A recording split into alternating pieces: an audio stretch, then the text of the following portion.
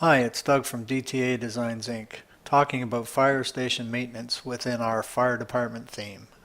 After signing into your website, you will be presented with the firefighter's home page. Your page will look a little different than what is being shown to you here, as your website will be customized for your fire department. Also, your fire department may not have implemented all options available in the fire department theme. Click on the administration menu item from the menu bar. Now click on the fire stations by either clicking the fire station image or the fire stations button. The fire station listings page will be presented to you as shown. Currently, we don't have any fire stations in our system, so that is why no fire stations are listed. Click on the Add Fire Station button. Before we add a fire station, I'd like to point out a couple of things on this screen. The first is the please note paragraph, which is explaining that if you are adding a fire station because your existing fire station is moving to a new location, it is better to update your existing information for the fire station than to add a new fire station. The second thing is that all fields are mandatory unless otherwise stated. So, as you can see, the only field that is optional on this screen is the fax number.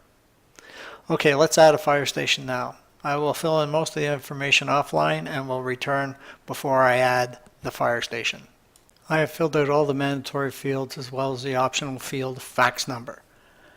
Now we will click on the Add Fire Station button. We get the confirmation message that the Bedrock Fire Station was successfully added. The images you are seeing are the default images for a fire station when you add a new fire station. Before we change the default images, it is important to understand that any editing of your images should be performed using third-party image editing software.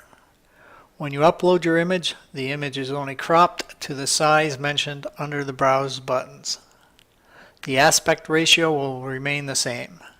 So if you have too much sky showing before the upload, then there will be still too much sky showing after the upload. I have now navigated to the location of my new image for the home page for this fire station. Notice that the image name now appears. If you want to use the same image for both your home page and the fire station page, click the Yes button. Otherwise, click No. We will click No so you can see the difference. Now we click on the Update Main Photo. We will now update the station page photo.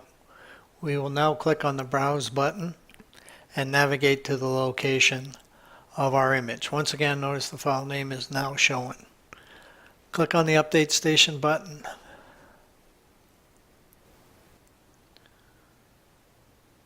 We will now return to the fire station's listings page. If you need to update any information, you can now click on the Update button to the left of the fire station name. Since we have added a fire station and changed the images from the default images, it is time to see the before and after images of the home and fire station pages. The before pages on the left are before we even added a fire station to the system. Hopefully this illustrates where the main photo is used and where the station photo is used on your website. We are now back at the fire station's listings page, and as you can see, I have added a few more fire stations to our website. Let's go ahead and delete a fire station, Jellystone Hall, by clicking on the Delete button on the right. Notice how all the input fields are disabled and there is no photo upload buttons. Click on the Return to Fire Station Listings button to back out. Since we do want to delete this fire station, click on the Delete Fire Station button. A confirmation message stating that the deletion was successful and we are returned to the fire listings page. Notice that Yellowstone Hall is no longer in the list of fire stations. That concludes the fire station maintenance video on the fire department theme by DTA Designs Inc. Thanks for watching.